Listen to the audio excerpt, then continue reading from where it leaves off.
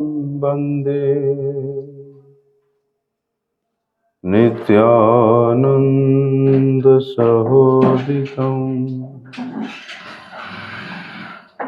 श्रीनन्दनन्दनं वन्दे नामिने गौर त्विषे नमः।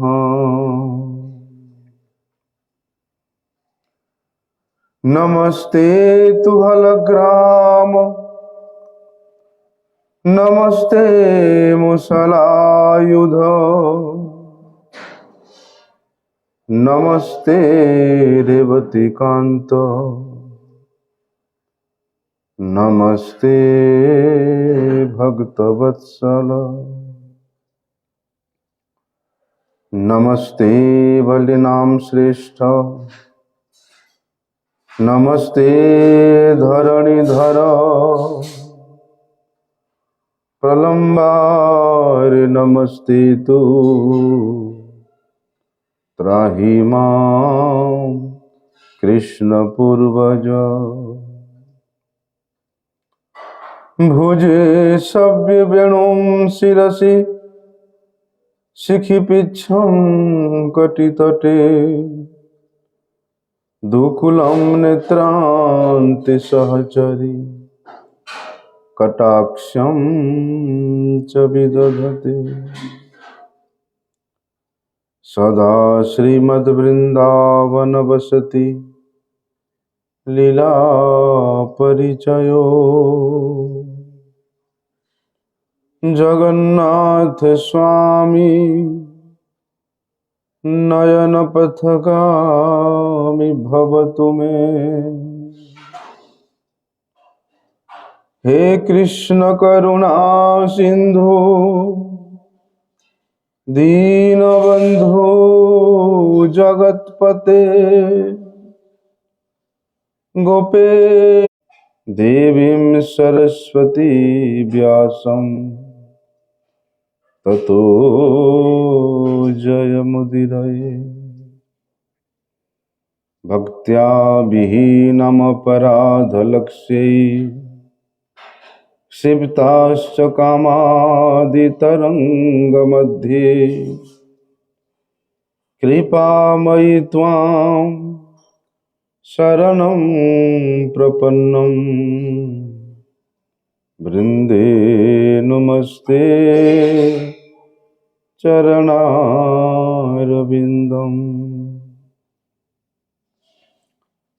पतितपावन परम करुणामय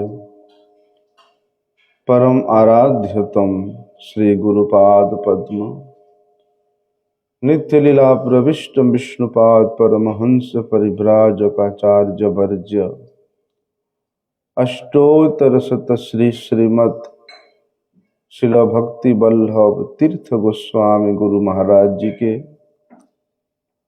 श्री अशोक अभय चरणारविंद में अनंत कोटि साष्टांग दंडवत प्रणाम करते हुए उनकी हेतु की कृपा प्रार्थना करता हूँ।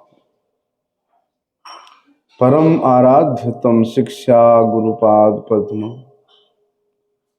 नित्य लीला प्रविष्ट विष्णुपाद परमहंस श्री श्रीमद शिल भक्ति विज्ञान भारती गोस्वामी महाराज जी के श्रीपाद पद्म में साष्टांग दंडवत प्रणाम करते हुए उनकी अहेतु की कृपा प्रार्थना करता हूं। हम लोग श्रीमद्भागवत के होगा कौन राजा? उसी नर नरेश महाराज शिवी के माती बड़े उदार दानवीर होगा और हमेशा ये अपने शरण में आए हुए जनों का रक्षा करेगा।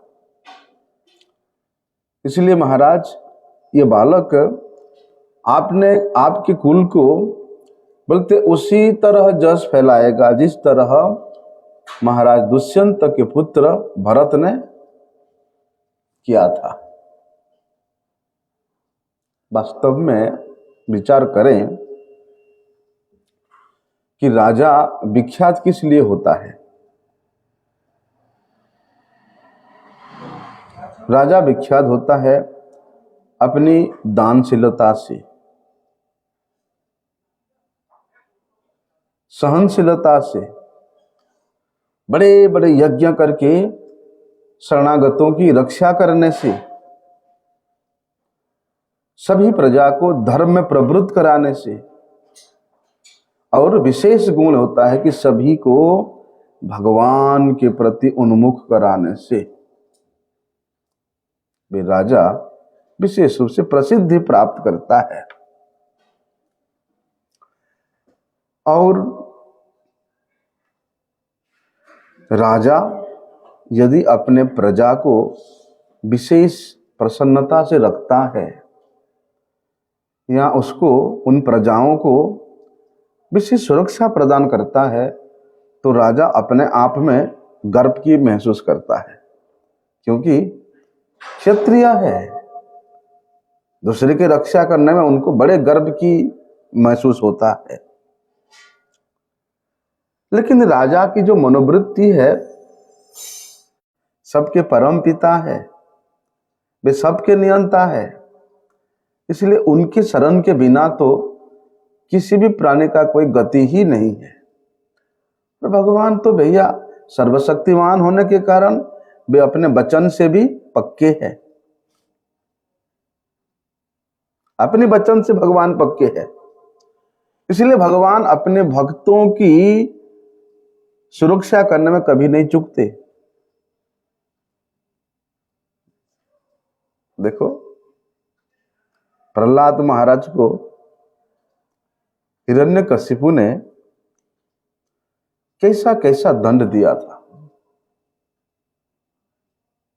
लेकिन भगवान प्रत्येक क्षेत्र में अपने प्रिय प्रहलाद की रक्षा किया। इसलिए राजा तो भैया भगवान का प्रतिनिधि होते हैं। इसलिए राजा अपने प्राण दे करके भी, प्राण का बाजी लगा करके भी अपने शरणागत की अर्थात अपनी प्रजा की रक्षा करने में प्रवृत्त होना चाहिए। महाराज शिवी, उसी नरेश महाराज शिवी, ये यति महाराज के बड़े घनिष्ठ मित्र थे। और महाराज शिवी सशरीर स्वर्ग में पहुंचे थे। इतना धर्मपरायण थे, इतना दानवीर थे। और महाराज शिवी को इस बात को पता था कि भैया मृत्यु के बाद तो सभी को स्वर्ग में जाना है। अर्थात पुरा काल में प्राय सभी राजा, सभी प्रजा धर्म में प्रवृत्त होने के कारण सभी स्वर्ग में जाते थे। नरक का वहां स्थान खाली पड़ता था। लेकिन कली युग में स्वर्ग में कोई नहीं जाता, सब नरक में जाता। तो उस समय यति महाराज ने अपने मित्र महाराज शिवी के पुण्य कर्मों का वर्णन किया था।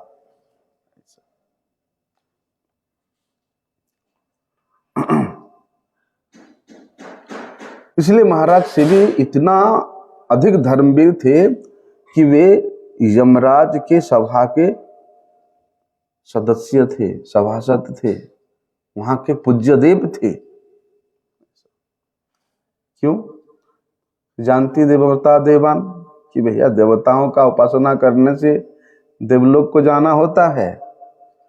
इसलिए महाराज शिवी उस परम वैष्णव अधिकारी, क्योंकि महाराज जम वैष्णव है, महाजन है, इसलिए वे उन वैष्णव के पास जाकर के उनका पार्षद बन गए थे।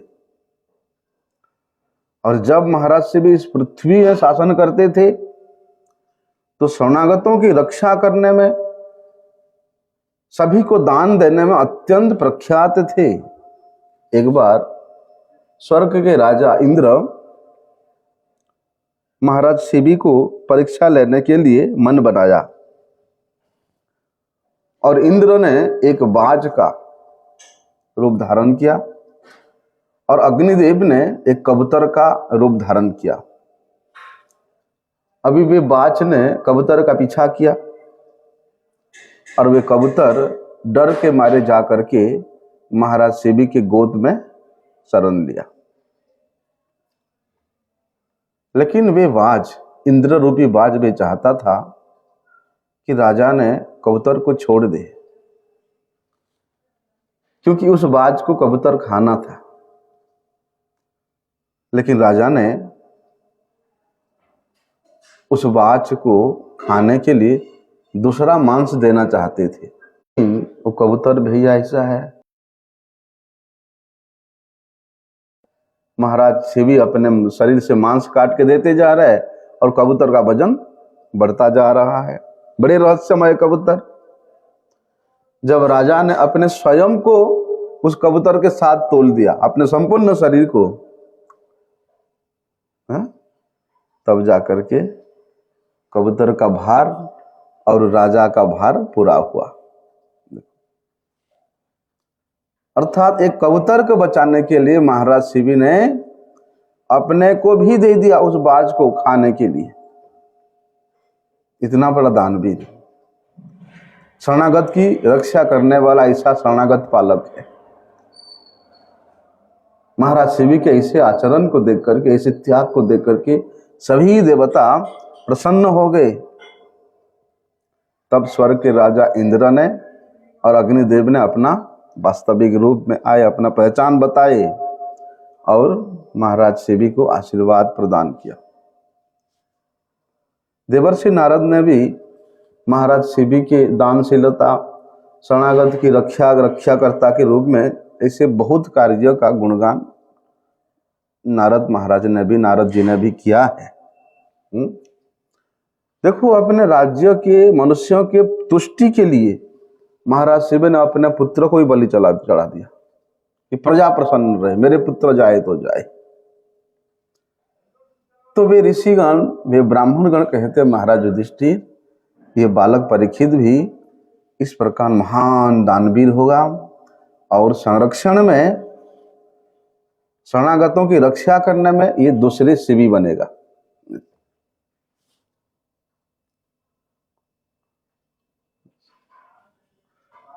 तो यहाँ पर भरत महाराज के बारे में वर्णन आया है। भरत, राजा शिवी के बारे में तो श्रवण किया। भरत जी, ये भरत कौन है? दुष्यंत, राजा दुष्यंत था, इलावर्त वर्ष था।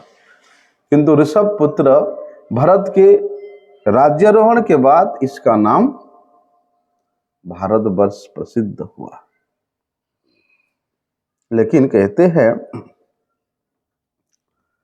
इतना होने के बावजूद भी महाराज दुष्यंत के पुत्र भरत वे कोई कम महत्वपूर्ण नहीं थे। बोलते हैं परम सुंदरी शकुंतला का पुत्र थे ये भरत। महाराज दुष्यंत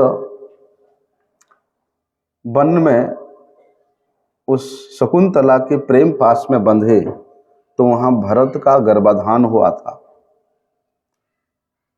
लेकिन बाद में दुर्वासा मुनि ने राजा को श्राप देने के कारण राजा दुष्यंत ने शकुंतला को, अपनी पत्नी शकुंतला का उस वन में ही छोड़ के भूल गया था।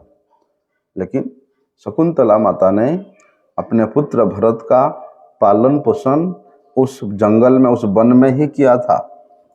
तो बाल्यकाल में भरत इतने अधिक शक्तिशाली, बलशाली थे कि जंगल के जो बड़े बड़े हिंस्र, जैसे सिंह हो गया, शेर हो गया, उनको हाथ में पकड़ के लाके उनके साथ खेलते थे। जैसे कुत्ते बिल्ली के साथ बच्चे खेलते हैं ना, ऐसे जंगल के बड़े बड़े शेर, सिंह, उनके साथ वे खेलते थे। तो ये बालक भरत इतना शक्तिशाली हुए कि उनके शक्ति को देख करके उस समय जितने भी ऋषिगण थे, इनका नाम सर्वदमन रखा था। अपने बल के बुते वे सभी को, जितने बड़े बलवान हिंस्र पशु क्यों ना हो, सबको दमन करके रखते थे, इसलिए उनका नाम सर्वदमन भी पड़ा था।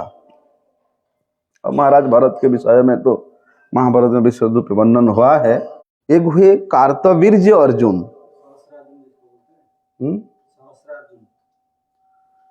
हाँ, उनका नाम कार्तवीर्य भी है। ये थे हेयोया के राजा थे। और दूसरे अर्जुन थे गांडीवधारी अर्जुन, परीक्षित के दादा।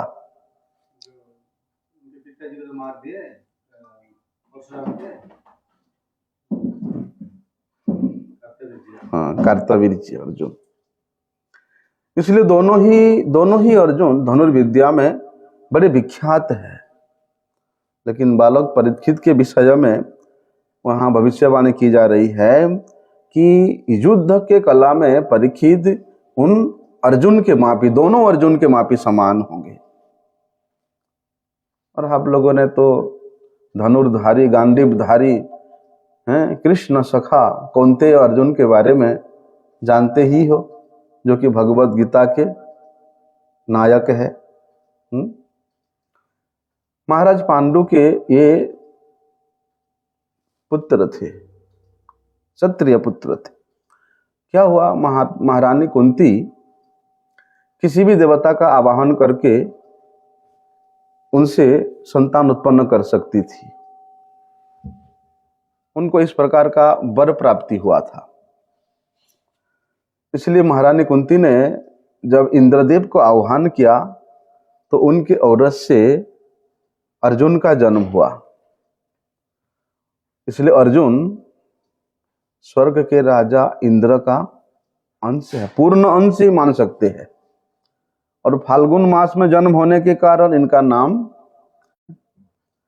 तो वसुदेव जी ने भी यहां से बहुत से पुरोहितों को भेजा था, कश्यप गोत्रीय पुरोहितों को भेज करके अपने भांजे के संस्कार कराया था, जात संस्कार कराया था। इसलिए उनके नामकरण संस्कार में जो शतशृंग ऋषिगण थे वहां उपस्थित होकर के वो सब कार्य संपन्न किया था। और ये अर्जुन की 4 पत्नी थी। कौन कौन? द्रौपदी, सुभद्रा, चित्रांगदा और उलूपी। और इन चारों पत्नियों से अर्जुन ने 4 दिव्य पुत्र का उत्पन्न किए थे। उनका नाम था श्रुतकीर्ति, अभिमन्यु। द्रौपदी से जो पुत्र हुआ था उनका नाम था श्रुतकीर्ति।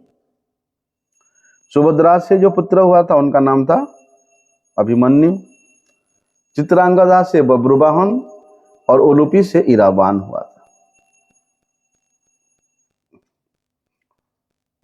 तब अर्जुन जब विद्या अध्ययन करते थे द्रोणाचार्य के पास में, तो अर्जुन के इतने गुरु शरणागति को देख करके द्रोणाचार्य इनके प्रति विशेष प्रसन्न होते, विशेष रूप से शिष्य प्रेम के कारण अर्जुन के प्रति आकृष्ट हुए थे।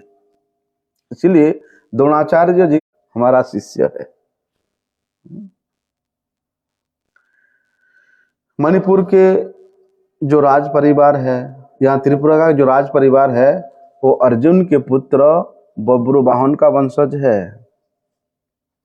अर्जुन ने द्रोणाचार्य को एक बार एक घड़ियाल से बचाया था। इसलिए द्रोणाचार्य ने प्रसन्न होकर के उनको ब्रह्मशिरक नामक अस्त्र प्रदान किया था। लेकिन महाराज द्रुपदी के पिता और द्रोणाचार्य दोनों में बैर था।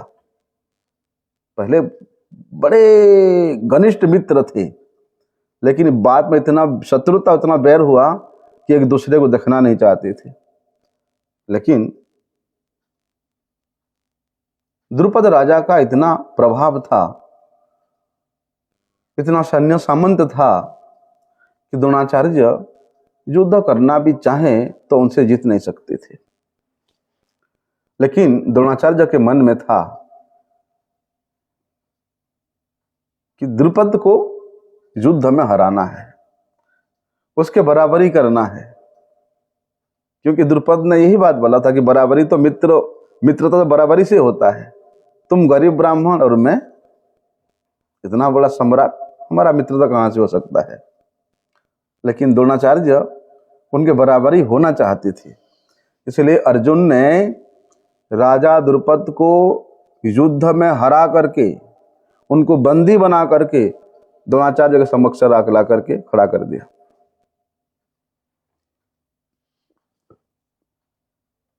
उनका जो नगरी था अहिछत्रा, उसको घेर लिया अर्जुन ने, और द्रोणाचार्य जो जीत करके ले आया अपने गुरु के पास। अर्जुन के द्वारा पराजित हुए थे, लेकिन द्रुपद राजा अर्जुन के ऐसे पराक्रम को देख करके वे संकल्प कर लिया था कि मैं अपनी पुत्री द्रौपदी को यदि ब्याह दूंगा तो अर्जुन को ही दूंगा, निश्चय कर लिया था। लेकिन बाद में गलत समाचार फैलाया गया, क्या कि अर्जुन, दुर्योधन ने जो लाक्षा गृह का व्यवस्था किया था उसमें उसने सबको जला करके मार दिया, और अर्जुन भी उसमें मर गया, मृत्यु हो गया। तो ये गलत समाचार सुन करके महाराज द्रुपद बड़े निराश हुए थे, इसलिए उन्होंने द्रौपदी के विवाह का स्वयंवर करने के लिए निश्चय किया था। और वो स्वयंवर में क्या प्रबंध था कि भैया जो उसका पति होगा उस लटकती हुए मछली के आंख में बेधना पड़ेगा, और वो भी मछली भी घूमता रहेगा। और द्रुपद राजा जानते थे कि ऐसी परिस्थिति में उस मछली, घूमते हुए मछली को आंख के भेदने का विद्या केवल एक ही व्यक्ति जानता है, वो है अर्जुन। यद्यपि दुर्योधन ने ऐसा भ्रम फैलाया था कि वो लाक्षा गृह में पांडव जल करके मर गए, लेकिन राजा द्रुपद को पहले तो निराश हुए, लेकिन बाद में उनको विश्वास नहीं हुआ, इसलिए उन्होंने ऐसा प्रबंध किया, क्योंकि अर्जुन ही उस लक्ष्य को भेद सकते थे। इस तरह अपनी योग्य पुत्री द्रौपदी को उन्होंने अर्जुन को ही सौंपने का योजना बनाया और उसमें सफल भी हुए। उस समय अर्जुन अपने सभी में पहुंचा था, हरिद्वार। तो वहां नागलोक की कन्या उलूपी के साथ अर्जुन का भेंट हुआ था, और उसी से उनका आकृष्ट हुए थे। उनका विवाह भी हुआ था नागलोक में जाकर के। तो उन उलूपी से, नाग कन्या उलूपी से इरबान नामक पुत्र का जन्म हुआ था।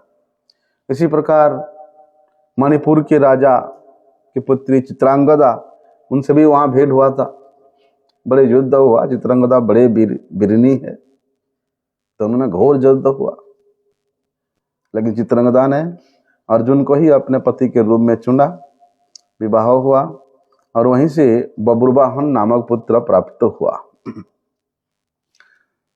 भगवान श्री कृष्ण अपनी बहन सुभद्रा का अपहरण करने का योजना बनाया। अपहरण किसके द्वारा? अर्जुन के द्वारा भी। क्यों? क्योंकि बलदेव जी चाहते थे कि अपनी बहन सुभद्रा का विवाह दुर्योधन के साथ कराना है, और सब व्यवस्था कर भी लिया था। जब श्री कृष्ण सुने, अरे मुझे बताया नहीं, कुछ नहीं, और बड़े भाई ने अपनी बहन का विवाह का और दुर्योधन के साथ करने के लिए स्थिर कर दिया है, तब श्री कृष्ण ने बड़ी चालाकी से अर्जुन को बताया कि देख, बड़े भैया ऐसे ऐसे करने वाले हैं, तो मेरे बहन सुभद्रा को लेके भाग जा। ठीक है, ऐसा। क्योंकि दुर्योधन को देने के लिए तुल पड़े थे बलदेव जी ने। तो अर्जुन ने श्री कृष्ण के सहायता से बलपूर्वक सुभद्रा को अपहरण किया और उनके साथ विवाह किया। अभी उस सुभद्रा से किसका जन्म हुआ? महारथी मयासुर ने अर्जुन को एक बड़े मूल्यवान शंख प्रदान किया था। क्या नाम है अर्जुन के शंख का? नाम देवदत्तम धनंजय। धनंजय ने देवदत्त नामक शंख बजाया, वह देवदत्त शंख था। किसने दिया था उसको? उस मायासुर ने प्रदान किया था। इसी प्रकार इंद्र ने भी अर्जुन के ऐसे शूरवीरता को देख करके उनके प्रति प्रसन्न होकर बहुत से अस्त्र प्रदान किया था। अभी महाराज युधिष्ठिर राजसूय यज्ञ करेंगे। राजसूय यज्ञ में क्या होता है? बोलते पृथ्वी के समस्त राजा उस राजसूय यज्ञ करने वाला के अधीन होना पड़ेगा, और प्राय 99% जो राजा है वो अधीन हो चुके थे, लेकिन महाराज जरासंध वो बड़े पराक्रमी था, उसको हरा पाने में युधिष्ठिर महाराज बड़े निराश हुए थे। तब अर्जुन ने अपने भाई युधिष्ठिर को आश्वासन दिया था और अर्जुन भीम और भगवान श्री कृष्ण जरासंध का वध करने के लिए जरासंध की राजधानी मगध के लिए रवाना हुए थे। और वहीं हुआ भी कांड, भीमसेन के द्वारा जरासंध का वहां वध भी होता है। तो इस प्रकार बोलते विश्व भर के सभी राजा पांडवों के अधीन हुए थे और उनको अधीन बनाने में विशेष रूप से अर्जुन का विशेष महत्व है। के जो भंडारी है कुबेर, उनसे अदृश्य होने का, अंतर्धान होने का अस्त्र है। तो इंद्र देव का इच्छा था कि मेरा पुत्र अर्जुन चंद्रलोक से वे इंद्रलोक नामक स्वर्ग तक जाए। तो अर्जुन ने उन इंद्रलोक नामक स्वर्ग में जाकर के वहां के निवासियों के द्वारा बड़े सौहार्दपूर्ण स्वागत हुआ इनका, और इंद्रदेव ने भी उन स्वर्गीय संसद में बड़े भव्य रूप से अर्जुन का स्वागत करते हैं। तब अर्जुन ने वहां पर नहीं, इंद्रदेव ने अर्जुन को वहां पर स्वर्ग में वज्रास्त्र प्रदान किया था और चाहते थे कि अर्जुन स्वर्ग में पहले बार आए, इसलिए स्वर्ग का जो संगीत विद्या है उसका भी आनंद ले ले, स्वर्ग में जो प्रचलित है। इसलिए अर्जुन इंद्रदेव का इच्छा था कि यहाँ के जो अत्यंत सुंदर सुंदर अप्सराएं हैं, उन अप्सराओं के द्वारा भी अर्जुन को वे मुग्ध कराना चाहते थे। तो उन अप्सराओं में से जो सबसे सुंदर अप्सरा थी, क्या नाम था उसका, उर्वशी। उर्वशी अर्जुन के उस बल को देख करके आकृष्ट होती है और अर्जुन के कक्ष में जाकर के वे अपनी इच्छा व्यक्त करती है। लेकिन अर्जुन उर्वशी को देखे नहीं, आंख बंद करके हाथ जोड़ करके उनसे प्रार्थना करते हैं कि हे देवी, अब तो कुरुवंश के माता है, अर्थात मेरी भी माता है, माता के रूप में संबोधन करके अपने निर्दोष चरित्र का परिचय देते हैं। इसलिए उर्वशी को माता कुंती, माता